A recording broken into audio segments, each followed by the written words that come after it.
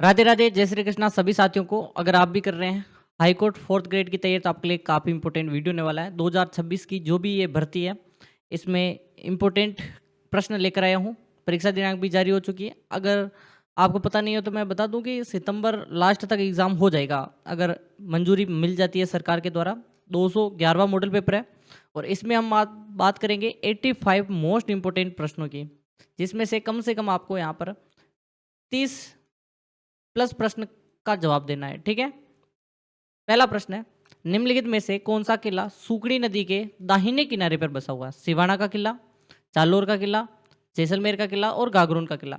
चार ऑप्शन है आपके पास, बिल्कुल आपको याद करना है।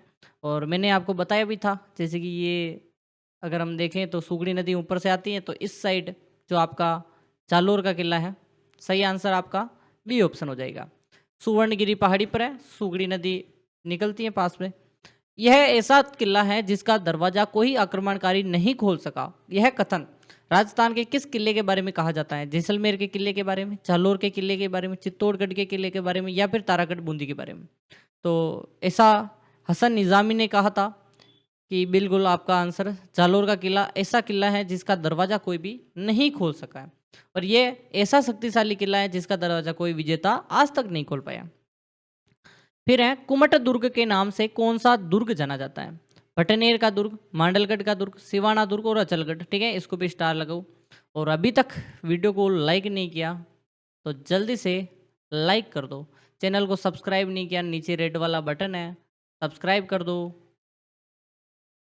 बिल्कुल कुमट झाड़ी होती है और सिवाना दुर्ग के चारों ओर झाड़ियाँ, इसीलिए इसे कुमट दुर्ग भी कहा जाता है। तो बिल्कुल आपका बालोतरा में है, बाड़मेर, आसपास कुमट की झाड़ियाँ हैं, अधिकांश होने के कारण कुमट दुर्ग भी कहा जाता है। मारवाड़ के राजाओं की शरण स्थली है। कूलेमाला ग्रंथ है, उल्लेखित क्षेत्रीय भाषाओं की संख्या कितनी है? यानी जो 877 ईस्वी में एक ग्रंथ की रचना की गई थी उद्योधन सूरी के द्वारा, 9वीं शताब्दी बोल दो। कूलेमाला ग्रंथ, इसमें भाषाएं थी, कितनी संख्या थी? 15, 18, 15 और 20, 16 कर दो इसको। ठीक है, एक बार कमेंट कर दो।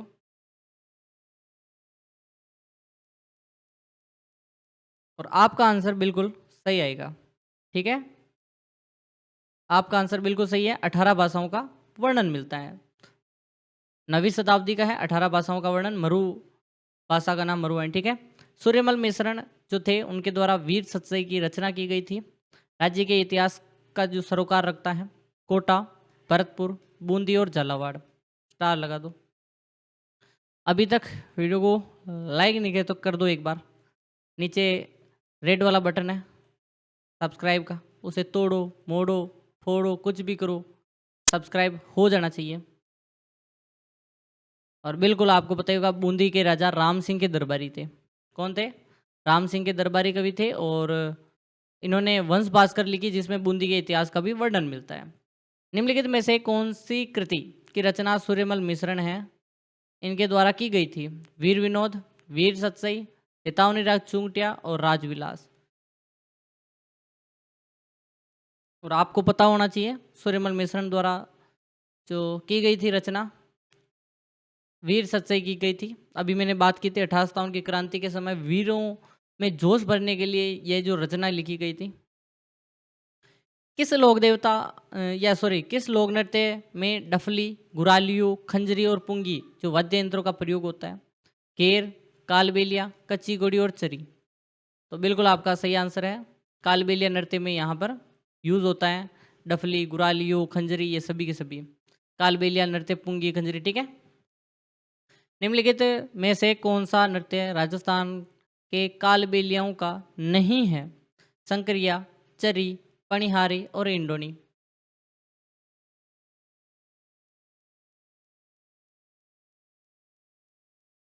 एक बार कमेंट कर दो। और आपको पता ही होगा चरी किसका है? गुजरों का है, गुजर जाति की महिलाएं करती हैं। और बाकी संकरिया, इंडोनी, पनिहारी, बांगड़िया, ये सभी के सभी कालबेलियों के। नेक्स्ट, गुलाबो सपेरा किस क्षेत्र हेतु प्रसिद्ध है? खेल के क्षेत्र में, लोक गायन के क्षेत्र में, लोक नृत्य के क्षेत्र में, मुखिया के क्षेत्र में। ठीक है, स्टार लगो।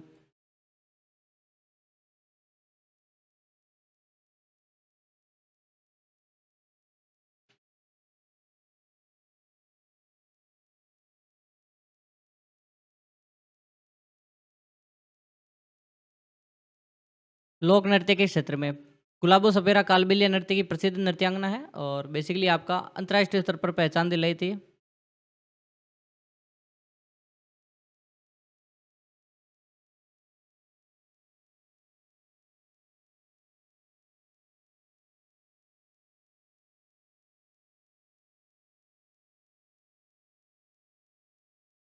निम्नलिखित में से कौन रामदेव जी से संबंधित नहीं है? रत्ना राय का, पज्जू कोतवाल, लक्की बंजारा और हरजी पट्टी। तो आपको बिल्कुल याद और रखना है कि रत्ना राय का, लक्की बंजारा, हरजी पाटी तो थे, लेकिन ये भज्जू कोतवाल संबंधित नहीं था। भज्जू कोतवाल रामदेव जी से संबंधित नहीं था।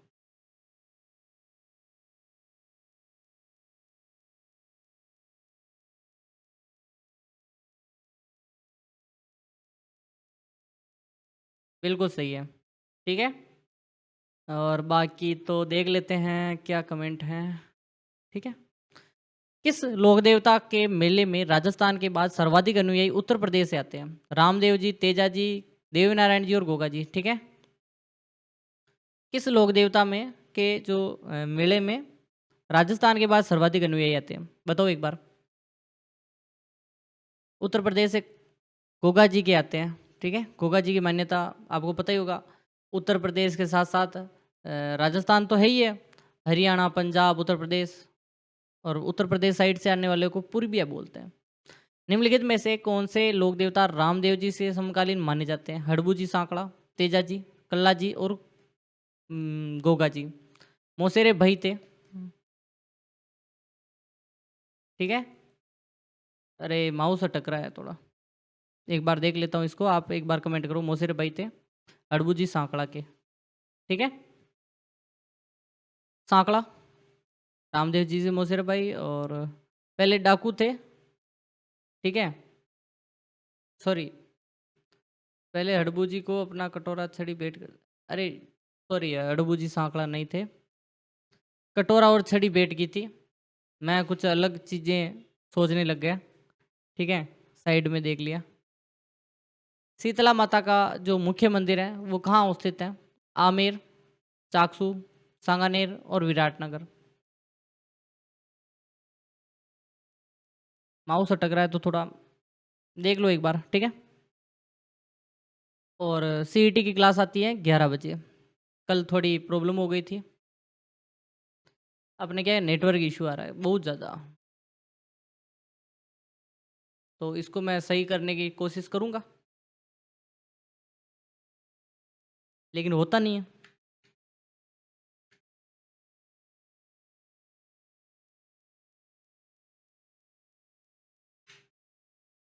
प्रयास करते हैं, लेकिन अपना नेटवर्क इशू नहीं होगा सॉल्व, या तो फिर लाइव को छोड़ देंगे, और तो क्या। शीतला माता चाकसू जयपुर में है, सही आंसर है। और चाकसू जयपुर में सील की डूंगरी है, वहाँ पे महाराजा माधो सिंह जी ने करवाया। बिल्कुल। राजस्थान की कौन सी विख्यात लोक देवी का संबंध चूहों से है? शीतला माता, सॉरी, शीला माता, करणी माता, नागनीची माता और शीतला माता। तो आपको पता होगा काबा कहते हैं सफ़ेद चूहे को, और करणी माता का संबंध है चूहों से। देशनोक बीकानेर में मंदिर है, बाकी आप जानते ही हैं, बिना किसी डर के लोग रहते हैं वहाँ पे, कोई भी बीमारी भी नहीं होती। राजस्थान में तीर्थ यात्रा पर जाते समय पूजा की जाती है किस देवी की? दुर्गा माता की, देवरा की, पतवारी देवी की और सांझी की। ठीक है, राजस्थान में तीर्थ यात्रा पर जाते समय पतवारी माता या पतवारी देवी की पूजा की जाती है। तीर्थ यात्रा सफल हो, सुरक्षित हो, वापसी हो, इसलिए पतवारी देवी की पूजा की जाती है। सही आंसर है।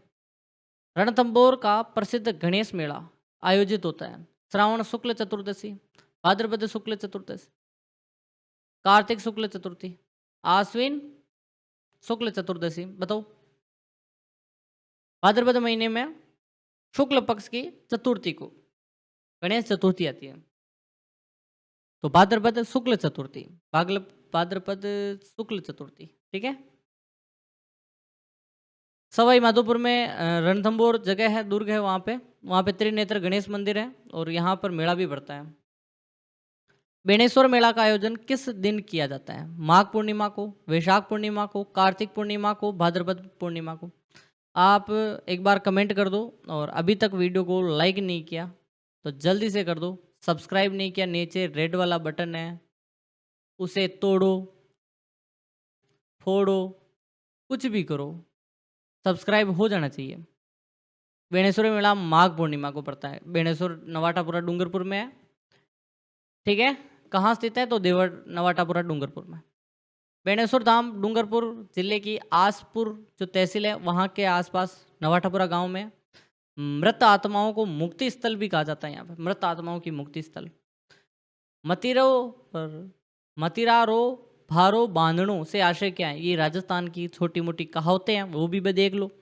बहुत सारे मतिरे होने पर इकट्ठा ना होना, मूर्खों को की संगत करना या संगठित करना, मूर्खों को संगठित करना।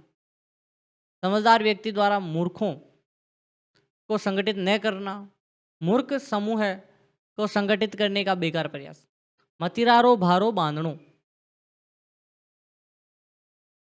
मतिरा यानी मूर्ख, मूर्खों का भारा बांधने का प्रयास बेकार प्रयास, बिल्कुल डी। असंभव कार्य है ये तो। लंका ने मुंदड़ी दिखानी से आशय है लंका को देख समुद्र में मुंदड़ी फेंक देना, मुंदड़ी फेंक देना। समुद्र व्यक्ति के समक्ष तुच्छ वस्तु पर गर्व करना, सॉरी समृद्ध व्यक्ति, मैं यहाँ पे समुद्र देख, ठीक है। समृद्ध व्यक्ति होता है कोई भी, उसको हम छोटी सी या तुच्छ वस्तु दिखाकर गर्व करें, ठीक है। अंबानी को हम 1-2 करोड़ दिखाएं तो फिर वो वही है, समृद्ध व्यक्ति के साथ तुच्छ वस्तु पर गर्व कर रहे हैं, भाई आज मेरे पास ये गाड़ी है, ये गाड़ी है। लंका से बड़ी मुंदड़ी होना चाहिए, मुंदड़ी बनाना, या फिर समृद्ध व्यक्ति को ठेंगा दिखाना। ये भी हो सकता था, लेकिन ये तुच्छ वस्तु पर गर्व करना ना, ये थोड़ा सही है। जीम्या पचे चूड़ू होणो से तात्पर्य है जीवने के बाद घर चले जाना, काम पूरा होने की स्थिति में परिवर्तन नहीं हो सकता, कार्य समाप्ति पर बात से पलट जाना, कार्य को अंधाधुंध करना, ठीक है।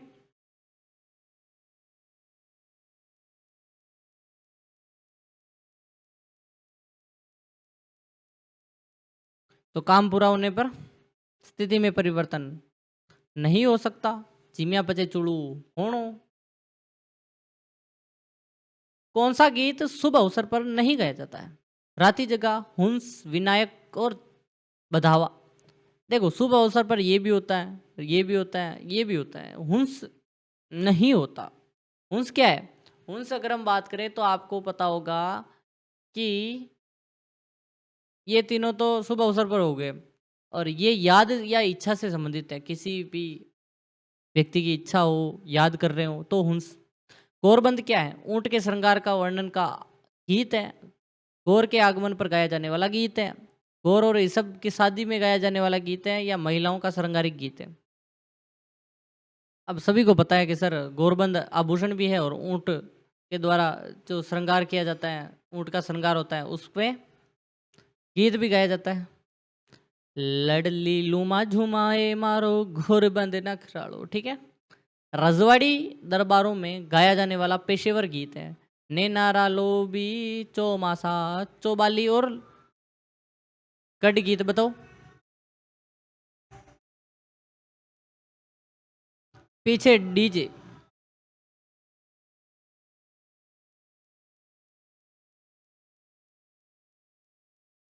थोड़ी देर कम बोलूंगा वरना बैकग्राउंड में काफ़ी चीज़ें आ जाएगी।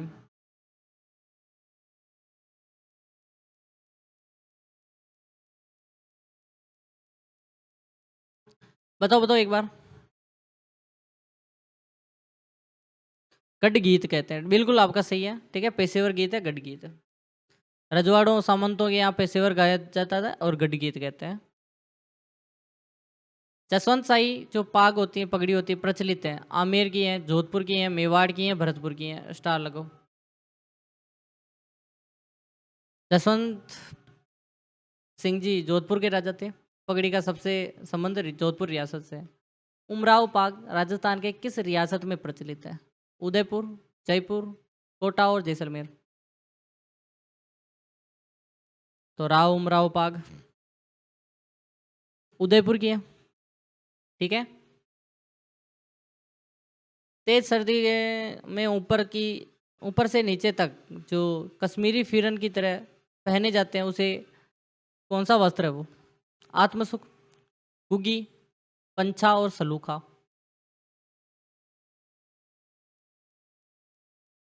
बिल्कुल सही, आत्मसुख। ठीक है। तनसुख, आत्मसुख, इसको क्या बोल, अंगरखी भी बोलते हैं, अंगरखी के ऊपर पहनते हैं। ठीक है। तेतड़ आभूषण पहना जाता है स्त्रियों के सिर पर, पैरों में, हाथों में, कानों में। स्त्रियां ही पहनेगी, पुरुष तो तेतड़ पहनेंगे नहीं,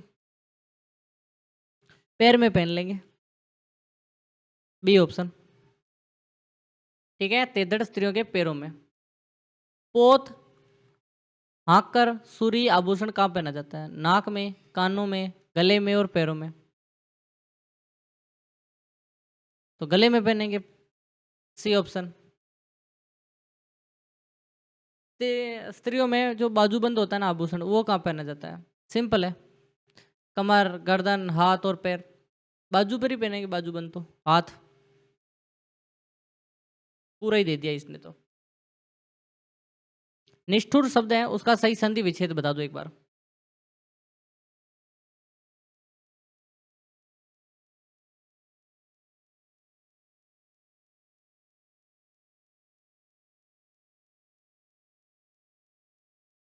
निष्ठुर, नी है और ठुर होता है, बिल्कुल बी।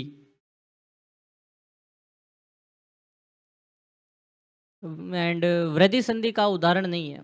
अभ्यागत, एकैक, चलोद और मौषद। एक बार कमेंट कर दो, वृद्धि संधि का उदाहरण नहीं है।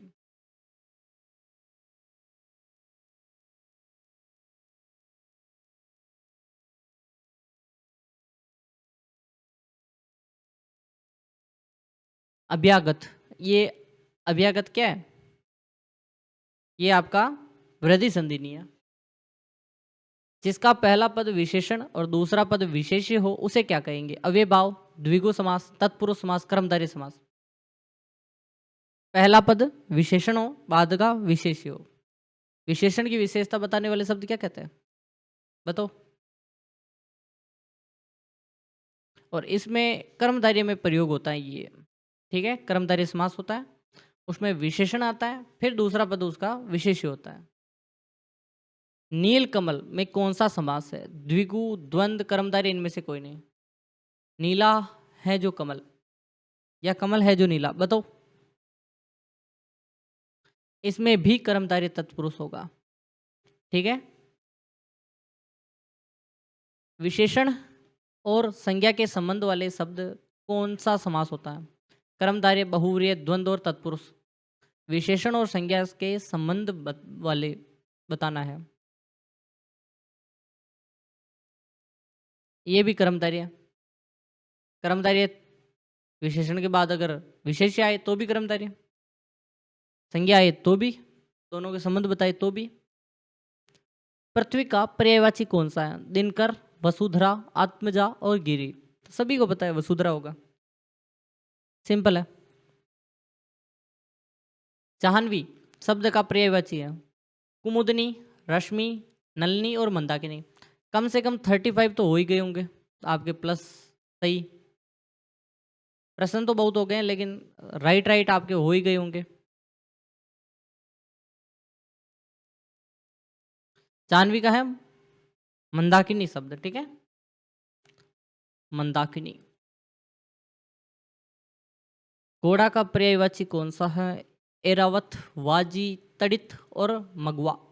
स्टार लगा दो। घोड़ा का पर्यायवाची, घोड़ा एरावत होता है या हाथी होता है? बोलो। एरावत किसे कहते हैं? हाथी को कहते हैं, बिल्कुल। तड़ित घोड़ा होता है। होता है या नहीं होता? तड़ित भी नहीं होता, तो मगवा होगा। ये भी नहीं होगा, तो क्या है? वाजी। बिल्कुल सही, बी। ठीक है, मैं यही देख रहा था कि आपके गलत कैसे हो सकते हैं। ठीक है, बी ऑप्शन कर दो। वक्र शब्द है, उसका सही विलोम शब्द बताना है। रिजु, टेढ़ा, तिरछा और क्षुद्र। स्टार लगा दो।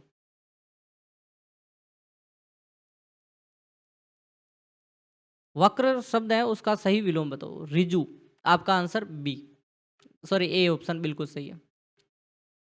विलोम शब्दों के रूप में कौन सा मेल ठीक नहीं है? सार्थक का उपयोगी, दाता का याचक, मनुष्यता का पशुता, गहरा का उथला। इसमें से ठीक कौन सा नहीं है? कभी आपने सार्थक का उपयोगी सुना है क्या? दोनों एक ही है, समान है ये शब्द, गलत। अपने को विलोम चाहिए। कृतज्ञ शब्द है ना, उसका विलोम बताओ। दयालु, उदार, कृतज्ञ और निर्दय। कृतज्ञ जो एहसान मानने वाला, कृतज्ञ जो एहसान नहीं मानने वाला। बहुज्ञ शब्द का सही अर्थ है जो बहुत जानकार हो, जानने की इच्छा रखने वाला, जो अध्ययनशील हो, जो कम जानता हो। और फिर से कह रहा हूँ, अभी तक नहीं किया लाइक तो और सब्सक्राइब नहीं किया तो नीचे रेड वाला बटन है, दबा कर दो, दोनों के दोनों। और टेलीग्राम ज्वाइन कर लो, लिंक डिस्क्रिप्शन में है। वहाँ पे जैसे आप वीडियो देख रहे हो मोबाइल पे इतनी सी स्क्रीन पर, तो आपको यहाँ पर डिस्क्रिप्शन में मिलेगा जो लिंक।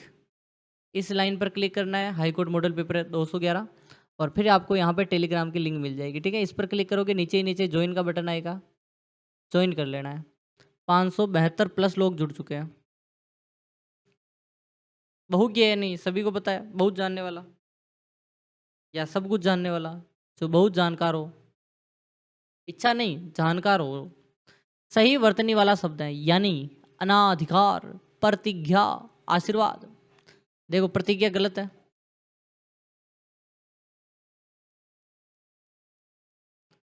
अनाधिकार, अनधिकार ये भी गलत है, यानी ये भी गलत है। आशीर्वाद सही है। सही वर्तनी वाला शब्द है नृत्यांगना, पूजनीय, केंद्रीकरण और शुभेच्छु।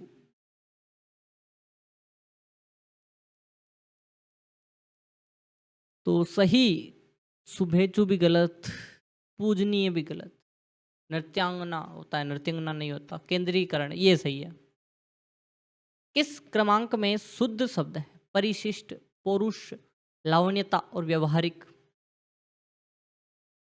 शुद्ध देखना, पौरुष बिल्कुल सही।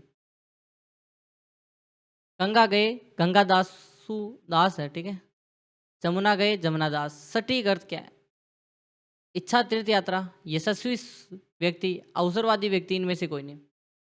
गंगा गए गंगादास, जमुना गए जमुनादास। अवसरवादी व्यक्ति, जैसा अवसर आया वैसा लाभ उठाया, ठीक है, इनके लिए बोलते हैं ये।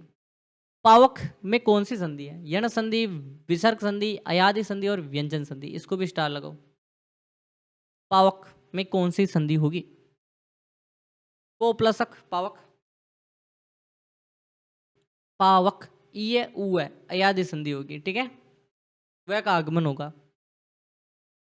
अक गुण संधि का उदाहरण है महर्षि, पावक, अभ्युदय और मतेक्य। अब पावक में अभी हमने देखा था पो प्लस अक पावक, तो इसमें तो हमने अभी कौन सी संधि देखी? अयादि संधि है इसमें तो, ठीक है। और व्यंजन एंड गुण संधि, गुण बदल रहा है, यानी महर्षि बिल्कुल सही। जिसमें पहला पद तो संख्यावाचक हो, दूसरा किसी समूह विशेष का बोध कराए, उसे क्या कहेंगे? कर्मधारय समास, द्वंद्व समास, अव्ययभाव समास, गुण समास, सॉरी द्विगु समास। बताओ, स्टार लगो। और अभी तक वीडियो को लाइक नहीं किया, एक बार फिर से बोल रहा हूँ, लाइक कर दो, चैनल को सब्सक्राइब कर दो, नीचे रेड वाला बटन है। द्वंद्व समास नहीं होगा, द्विगु होगा, ठीक है। महापुरुष में कौन सा समास है? द्वंद्व समास, द्विगु समास, बहुव्रीहि, कर्मधारय। महान है जो पुरुष, पुरुषों में महान, बताओ। कर्मधारय तत्पुरुष, बिल्कुल आपका सही है। और यहाँ पे एक वीडियो आ रहा है, इसको देखना ना भूलें, यही आपका सिलेक्शन का आधार है। और आई होप कि आप समझ गए होंगे, ठीक है। धन्यवाद आप सभी का, आपका दिन शुभ। और मेरे हिसाब से बाकी तो ठीक ही है।